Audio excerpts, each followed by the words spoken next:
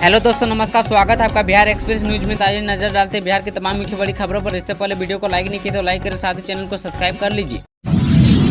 कितने करोड़ के power star nomination में आया पाई का हिसाब। बिहार के काराकाट लोकसभा सीट से निर्दलीय प्रत्याशी के तौर पर चुनाव लड़ रहे भोजपुरी गायक और कलाकार पवन सिंह के पास 16.75 करोड़ रुपए की चल अचल संपत्ति है। ये जानकारी निर्वाचन आयोग के सामने उनके द्वारा दाखिल किए गए एक हल्फनामे से मिली है। पवन सिंह ने इससे पहले पश्चिम बंगाल से भारतीय जनता पार्टी की टिकट पर चुनाव लड़ने से इनकार कर दिया था। पवन सिंह ने गुरुवार को अपने गृह राज्य बिहार की काराकाट लोकसभा सीट से नामांकन पत्र दाखिल किया है। हालांकि पवन सिंह के राष्ट्रीय जनतांत्रिक गठबंधन के उम्मीदवार के खिलाफ चुनाव मैदान में उतरने पर भाजपा ने कोई टिप्पणी नहीं की है। वहीं पूर्व केंद्रीय मंत्री और राष्ट्रीय लोक मोर्चा के प्रमुख उपेंद्र कुशवाहा काराकाट सीट पर बतौर राजग उम्मीदवार चुनाव मैदान में है। शिक्षा विभाग ने की 27 शिक्षकों पर कार्रवाई, अगले आदेश तक रोका वेतन। मुजफ्फरपुर में जिला शिक्षा पदाधिकारी ने 27 शिक्षकों पर कार्रवाई करते हुए उनके वेतन बंद करने का आदेश जारी किया है। उन शिक्षकों पर यह कार्रवाई स्कूलों में अनुपस्थित रहने के कारण की है। इस संबंध में जिला शिक्षा पदाधिकारी अजय कुमार सिंह का कहना है कि जांच के द्वारा यह पाया गया कि 27 शिक्षक विद्यालय से अनुपस्थित थे। इस वजह से शिक्षा विभाग ने उन पर कार्रवाई करते हुए अगले आदेश तक उनके वेतन पर रोक लगा दी है।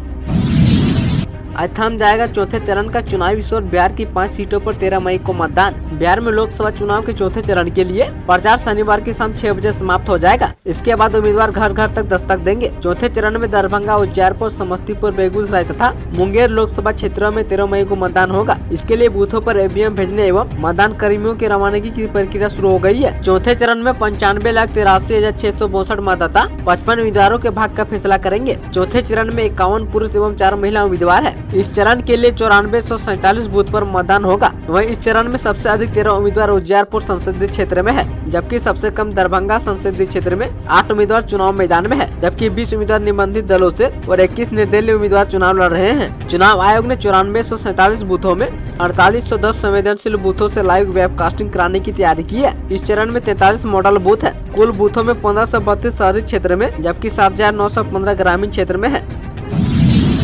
जानने कितने अमीर है रविशंकर प्रसाद, पटना साहिब से BJP candidate. Patna Sahib Lok Sabha seat से शुक्रवार को भाजपा प्रत्याशी रविशंकर प्रसाद ने नामांकन दाखिल किया है। शपथ पत्र के मुताबिक उनके पास करीब 30.32 करोड़ जबकि पत्नी के पास 2.75 करोड़ रुपए की चल संपत्ति है। इसमें रविशंकर प्रसाद के पास 20 ग्राम सोना और 2 4 पहिया गाड़ी है। उन्होंने शेयर मार्केट में भी निवेश कर रखा है। रविशंकर प्रसाद की पत्नी के पास बैंकों में जमा रकम के अलावा होंडा सिटी कार और स्कॉर्पियो एवं 550 ग्राम सोना भी है। पटना साहिब लोकसभा सीट से शुक्रवार को 3 अन्य प्रत्याशियों ने भी नामांकन दाखिल किया है। इनमें भारतीय जन क्रांति दल के डॉक्टर राजेश दत्त मिश्रा और भारतीय मोमिन पार्टी की तरफ से महबूब आलम अंसारी एवं निर्दलीय प्रत्याशी राकेश शर्मा ने नामांकन दाखिल किया है। वहीं पाटलिपुत्र लोकसभा सीट से भारतीय लोक चेतना पार्टी की तरफ से Subhash Kumar, socialist unity centre of India की तरफ से अनिल कुमार चांद और निर्दलीय प्रत्याशी नीरज कुमार भी मैदान में है।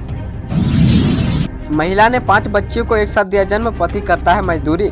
आप सुनकर शायद ये हैरान पड़ जाएंगे कि एक महिला ने 1-2 नहीं बल्कि एक साथ 5 बच्चे को जन्म दिया है और सभी बच्चे स्वस्थ हैं। दरअसल यह मामला किशनगंज जिले के पोठिया प्रखंड का है, जहां बिहार बांग्ला सीमा पर एक निजी नर्सिंग होम में किशनगंज की एक महिला ने 5 बच्चों को एक साथ जन्म दिया है। हैरान की बात यह है कि बगैर ऑपरेशन की यह नॉर्मल डिलीवरी हुई है। माँ और बच्चा स्वस्थ बताए जा रहे हैं। 5 नवजात इस समय डॉक्टरों की निगरानी में है। बताया जा रहा है कि किशनगंज जिले के ठाकुरगंज प्रखंड के जाल मल्लिक गाँव के रहने वाले जावेद आलम की पत्नी ताहिरा बेगम ने 5 बच्चों को बीते शनिवार को एक साथ जन्म दिया है। मोदी एंकर मढ़ौरा, आइए साथ बैठकर चाय पियेंगे। लालू की बेटी रोहिणी ने पीएम को क्यों दिया न्योता। राजद सुप्रीमो लालू प्रसाद की बेटी रोहिणी आचार्य बिहार की सारण लोकसभा सीट से पहली बार चुनाव लड़ रही है। उनके खिलाफ भारतीय जनता पार्टी ने कई बार के सांसद और पूर्व केंद्रीय मंत्री राजीव प्रताप रूडी को एनडीए उम्मीदवार के तौर पर उतारा है। इस बीच रोहिणी आचार्य के एक बड़ा बयान काफी चर्चा में है। लालू यादव की बेटी ने प्रधानमंत्री मोदी को चाय पर आने का न्योता दिया है। प्रधानमंत्री मोदी को अंकल और खुद को उनकी भतीजी बताते हुए रोहिणी ने अपने लोकसभा क्षेत्र के मढ़ौरा में स्थित चीनी मिल के पास आने और उनके साथ चाय पीने का निमंत्रण मीडिया के माध्यम से दिया है। दरअसल रोहिणी आचार्य ने अपने इस बयान के माध्यम से बीजेपी के उम्मीदवार राजीव प्रताप रूडी के खिलाफ तंज कसा है। उन्होंने दावा किया कि इतने सालों के कार्यकाल में मंत्री रहने के बावजूद उन्होंने कुछ नहीं किया है। उन्होंने आरोप लगाया है कि मढ़ौरा स्थित चीनी मिल को चालू करने का दावा किया गया था, जिसमें बीजेपी की सरकार 10 सालों में फैल रही है। इसी पर निशाना साधते हुए रोहिणी आचार्य ने पीएम मोदी जी से सारण लोकसभा क्षेत्र में खुद आकर हालात का जायजा लेने की मांग की है।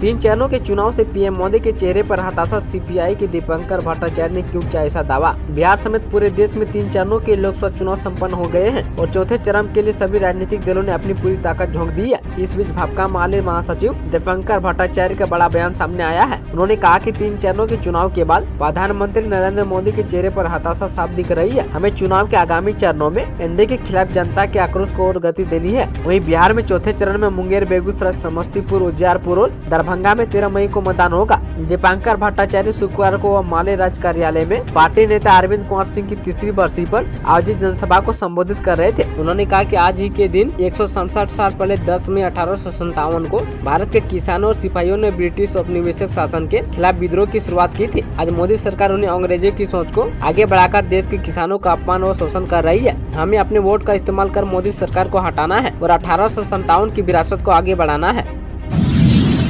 नीट यूजी 2024 में धांधली की जांच बिहार पुलिस के आर्थिक अपराध इकाई ने संभाली। पटना के विभिन्न परीक्षा केंद्रों पर 5 मई को आयोजित नीट यूजी में कथित धांधली से जुड़े मामले की जांच की जिम्मेदारी आर्थिक अपराध इकाई बिहार ने संभाल ली है। अब तक पटना पुलिस द्वारा शास्त्री नगर थाना में कांड संख्या 358/24 दर्ज कर कार्रवाई की जा रही थी। इस मामले में ईओयू की ओर से जाँच में सहयोग दिया जा रहा था। इस कांड में अब तक 13 आरोपितों को गिरफ्तार कर न्यायिक हिरासत में भेजा गया है और इस मामले की जाँच में पाए गए तथ्यों व मामलों की गंभीरता को देखते हुए गिरोह की सुनोजित संलिप्तता के साक्ष्य के आधार पर ईओयू ने शुक्रवार को जांच की जिम्मेदारी स्वयं ले ली है और गिरफ्तार आरोपितों को रिमांड पर लेकर ईओयू पूछताछ करेगी। ईओयू के अनुसार इस मामले की जांच के लिए 8 सदस्यीय विशेष जांच टीम का गठन किया गया है। टीम का नेतृत्व बिहार का एसपी मदन कुमार करेंगे।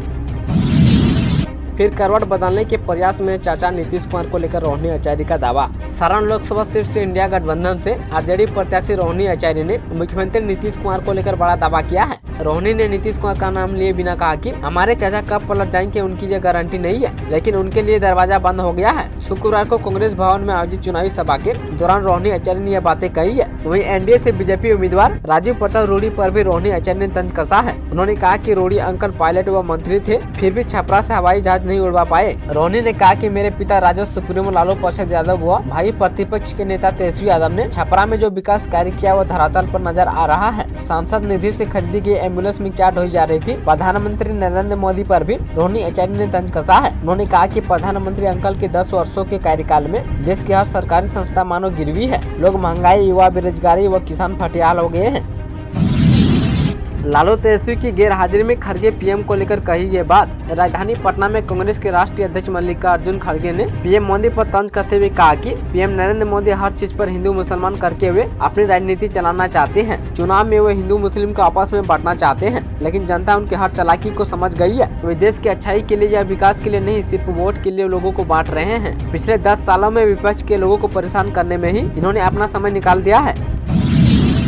बीच चुनाव में कांग्रेस को बड़ा झटका, 2 कद्दावर नेताओं ने दिया इस्तीफा। बिहार में चुनाव के बीच कांग्रेस पार्टी को बड़ा झटका लगा है। प्रदेश प्रवक्ता विनोद शर्मा और अरविंद ठाकुर ने पार्टी के सभी पदों से त्यागपत्र दे दिया है। इस दौरान दोनों नेताओं ने पार्टी पर गंभीर आरोप लगाए हैं। विनोद शर्मा ने कहा कि राष्ट्रीय हित और राज्य हित में दुखी मन से पार्टी की प्राथमिक सदस्यता से इस्तीफा दे रहा हूं। उन्होंने कहा कि कांग्रेस पार्टी ने बिहार में कांग्रेस पार्टी जंगल राज पार्ट 2 की शुरुआत के लिए राजद के सामने घुटने टेक दिए हैं। विनोद शर्मा ने सोनिया गांधी और राहुल गांधी को खोटे सिक्के और धन कुबेरे को आगे बढ़ाना चाहती है, जिससे पार्टी पूरी तरह से समाप्त हो रही है। अतः मैं पार्टी के प्राथमिक सदस्य सहित सभी पदों से इस्तीफा देता हूं।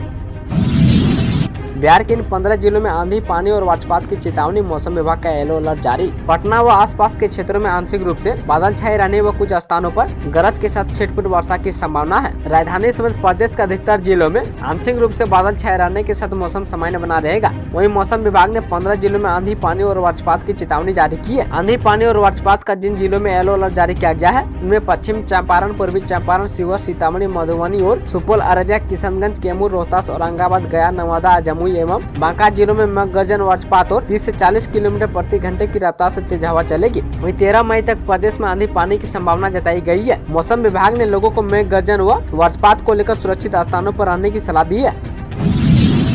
चुनाव प्रचार में लव जिहाद की एंट्री। असम सीएम हेमंत बिस्वा ने टांग तोड़ने की बात क्योंकि लोकसभा चुनाव के चौथे चरण का मतदान 13 मई को होने वाला है। बेगूसराय में भी इसी चरण में मतदान होंगे। इस फेज के चुनाव के लिए प्रचार का शोर शनिवार यानी आज की शाम को थम जाएगा। वहीं चुनाव प्रचार के अंतिम दिन एनडीए और महागठबंधन के दिग्गज नेताओं ने ताबड़तोड़ जनसभाएं की है। बेगूसराय में असम के मुख्यमंत्री हेमंत बिस्वा एक चुनावी सभा को संबोधित करने पहुंचे, जहां अपने संबोधन में उन्होंने पाकिस्तान और लव जिहाद का बात कहा है। बेगूसराय में जनसभा को संबोधित करते हुए असम के सीएम ने कहा कि इस बार पीएम नरेंद्र मोदी को 400 सीट मिली तो देश में लव जिहाद करने की हिम्मत किसी में नहीं रहेगी। उन्होंने कहा कि पहले पाकिस्तान के लोग आकर भारत में बम फेंकते थे, लेकिन पीएम मोदी ने 2 बार पाकिस्तान में बम फेंका तो अब कोई नहीं आता है। ऐसे 2-4 लव जिहाद वाले का टांग तोड़ देंगे तो जिंदगी में कोई लव जिहाद करने का हिम्मत नहीं करेगा। असम सीएम ने कहा कि इसलिए हमें मोदी जी की सरकार चाहिए।